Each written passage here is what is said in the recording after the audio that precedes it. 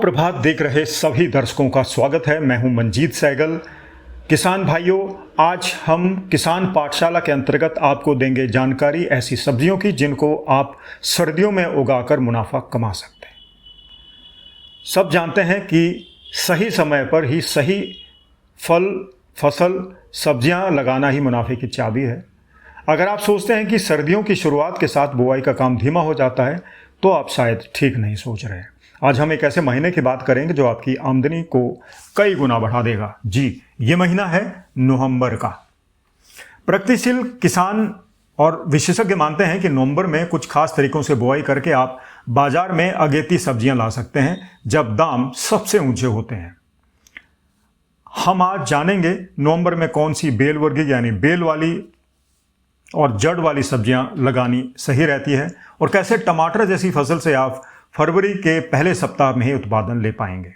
तो अपनी डायरी और पेन तैयार रखिए क्योंकि ये स्क्रिप्ट आपके खेत को मालामाल करने का नुस्खा बताएगी और जेब गर्म करने का भी। सबसे पहले बात कर लेते हैं नवंबर में लगाई जाने वाली खास सब्जियों के बारे में।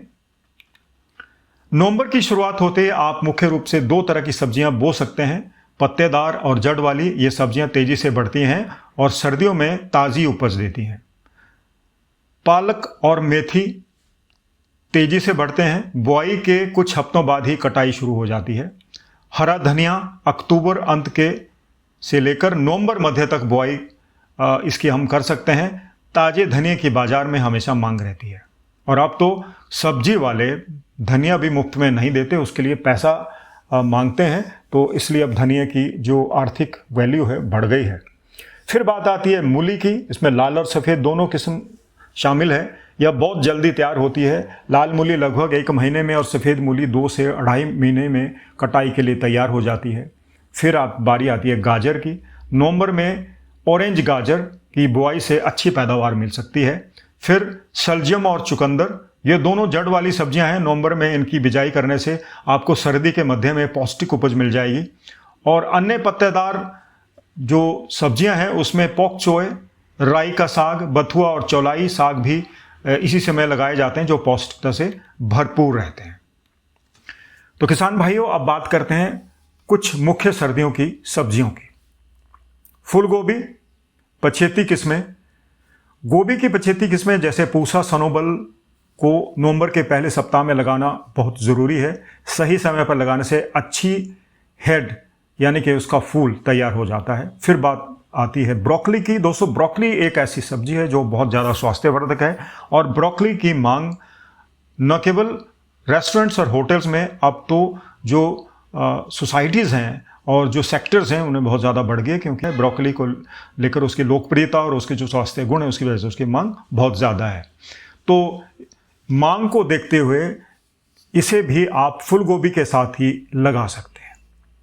अगर नवंबर में आपने इसकी पौध लगा दी तो आपका मुनाफा मिलना लाजमी है। फिर बात आती है हरी मटर की।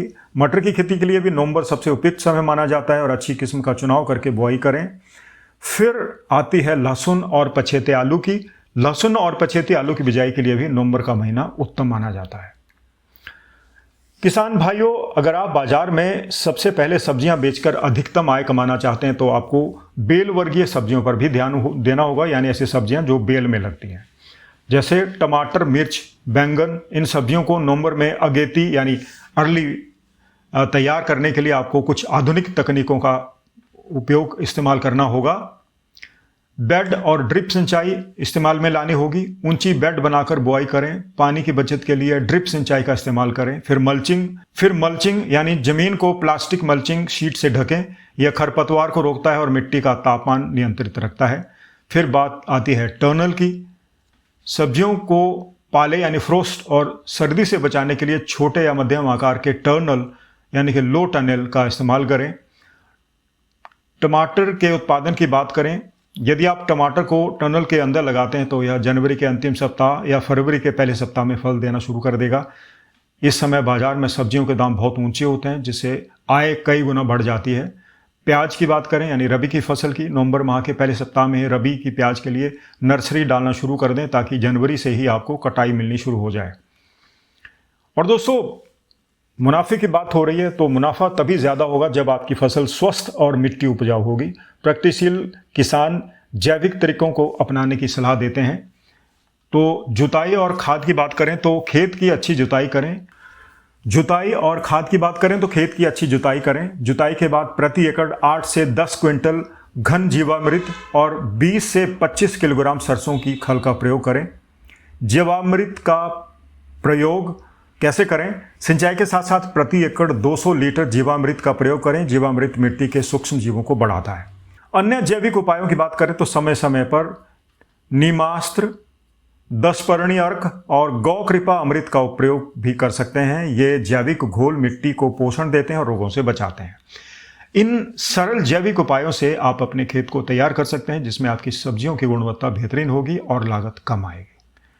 तो किसान भाइयों, देर मत कीजिए। यह नवंबर का महीना आपको सर्दी की सब्जियों और अगेती टमाटर की फसल का उगाने का मौका देगा। बम्पर मुनाफा कमाने का अवसर भी दे रहा है। तो सही समय, सही तकनीक अपनाएं और अपनी आय को बढ़ाएं। तो ये था आज का अंक। आज के अंक में हमने बात की ऐसी सब्जियों की जो आप नवंबर के माह में जिसकी शुरुआत कर सकते हैं और अच्छा खासा मुनाफा ले सकते हैं। एक बार फिर याद रखिए कि सर्दियों में सब्जियों के दाम बहुत ज़्यादा बढ़ जाते हैं। तो इसलिए अगर आप उस महीने को टारगेट करें कि आपको ज़्यादा दाम मिलें, बेहतर दाम मिलें, तो इन सब्जियों को जैसा कि इस वीडियो में बताया गया है समय अनुसार लगाना शुरू कर दें और मोटा मुनाफा कमाएं। तो दोस्तों, ये था आज का वीडियो। उम्मीद है आपको पसंद आया होगा। वीडियो अच्छा लग जाए या कोई आपका सुझाव है तो कमेंट बॉक्स में हमारी हौसला अफजाई ज़रूर करें। और अगर आपने अभी तक हमारा चैनल सब्सक्राइब नहीं किया है तो चैनल को ज़रूर सब्सक्राइब कर लीजिए, क्योंकि गांव प्रभात आपको लेकर आता है आपकी मिट्टी की सुगंध, पैसा कमाने के तरीके, आगे बढ़ने के तरीके और उन सफल किसानों की कहानियाँ जो आपको प्रेरणा देंगी और आप आगे बढ़ेंगे। तो जब तक हम हाजिर होते हैं नया बुलेटिन लेकर, आप अपना बहुत बहुत ध्यान रखिएगा। नमस्कार।